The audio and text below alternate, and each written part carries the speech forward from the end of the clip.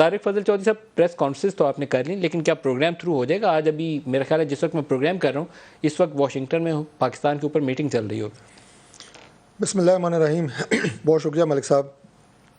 سب سے پہلے تو ہم اچھی امید رکھتے ہیں، دعا گو ہیں کہ اللہ تعالیٰ کی ذات پاکستان کے جو معاشی حالات ہیں، ہم سب کی کوشش بھی ہے اور اللہ کا کرم بھی اس پہ چاہیے، کیونکہ جب ہم نے حکومت سنبھالی تو آپ کو یاد ہے کہ بار بار یہ باتیں کی جا رہی تھیں کہ خدا نخواستہ ملک فوراً ڈیفالٹ ہونے والا ہے، سری لنکا جیسی صورتحال ہونے والی ہے.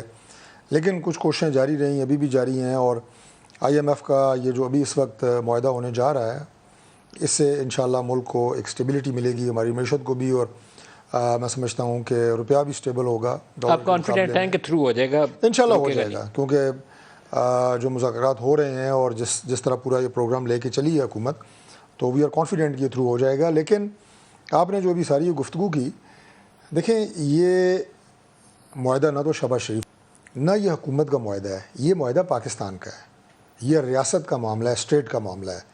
اور یہ جو نقصان پہنچانے کی کوشش کی ہے شوکت ترین صاحب نے، اور تھوڑی سی وضاحت میں کر دوں، آپ نے اپنے پروگرام میں یہ اپنی گفتگو میں تھوڑی سی بات آپ سے رہ گئی ہے، وہ ذرا ضرور سنائے. جو شروع میں انہوں نے کہا کہ یہ فیصلہ ہم نے کیا ہے، مطلب یہ پارٹی نے فیصلہ کیا ہے، میٹنگ ہوئی ہے، میٹنگ میں طے ہوئی ہے. تو یہ شوکت ترین کا فیصلہ نہیں ہے، یہ عمران خان کا فیصلہ ہے کہ آپ نے اس معاہدے کو ڈز لگانی ہے، اسے سیبوٹاج کرنا ہے، اس سے بے شک ریاست کا نقصان ہو، پاکستان کا نقصان ہو، یعنی 90% پاکستان کا نقصان ہو، 10% شاید ہمارا ہو، پارٹی کا ہو.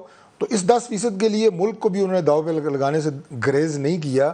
میں سمجھتا ہوں کہ اس سے زیادہ افسوسناک، اس سے زیادہ شرمناک کوئی حرکت ہو نہیں سکتی کہ آپ اپنے آپ کو لیڈر کہتے ہیں اور آپ اس ملک کی جڑوں کو کھوکھلا کر رہے ہیں. اور میں سمجھتا ہوں کہ یہ جو دوسری بات ہے، اس کو میں دوسری قسط کہوں گا، شہباز گل کا جو ٹریلر تھا یہ اس کی دوسری قسط ہے. دیکھیے مسلسل اس کام پہ لگے ہوئے ہیں. شہباز گل نے کیا اس نے فوج کے افسران کو اکسایا اس بات پہ کہ آپ اپنے سینئرز کا حکم آپ نے نہیں ماننا، ہر حکم کو آپ نے اپنے دل اور دماغ سے سوچنا ہے اور ناپنا ہے اور تولنا ہے کہ مانوں یا نہ مانوں. وہ انہوں نے، میں سمجھتا ہوں وہ بھی ایک ہائی ٹریزن ہے. اس کے بعد یہ جو کی گئی یہ بھی ہائی ٹریزن ہے. یہ کوئی کم بات نہیں ہے کہ آپ پاکستان کو جو اس وقت بھی معاشی طور پہ افسوسناک بات ہے، کرتے ہوئے بھی دکھ ہوتا ہے، معاشی بدحالی کا شکار ہے، اس میں بھی پاکستان تحریک انصاف کا بڑا مرکزی کردار ہے. ان کے 4 سالہ دور کا، جیسے آپ نے یہ کہا کہ ملک کی پوری تاریخ میں اتنے قرضے نہیں لیے کہ جتنے آپ نے 4 سال میں لے لیے، ملک کو آپ لے گئے تباہی کے دہانے پہ. اب جب آپ کو لگ رہا ہے کہ ملک تھوڑا اسٹیبلٹی کی طرف بڑھ رہا ہے تو اب آپ اس کی ٹانگیں کھینچنے کی کوشش کر رہے ہیں، اس کی معیشت کو مزید خراب کرنے کی کوشش کر رہے ہیں. تو لہٰذا یہ آپ نے نہ شہباز شریف کو گرانے کی کوشش کی ہے، نہ نواز شریف کو گرانے کی کوشش کی ہے، نہ حکومت کو گرانے، آپ نے پاکستان کو گرانے کی کوشش کی ہے. اور میں ایک آخری بات یہ بھی بتا دوں، اگر شوکت ترین نے کوئی لحاظ نہیں کیا نا پاکستان کا، تو میں بھی لحاظ نہیں کروں گا. شوکت ترین صاحب کا اپنا ایک پرائیویٹ بینک ہے جس کا نام ہے سلک بینک. میں ان کے تمام جو اکاؤنٹ ہولڈرز ہیں میں انہیں بتا دوں کہ یہ ایکشن بالکل لیا جا سکتا ہے.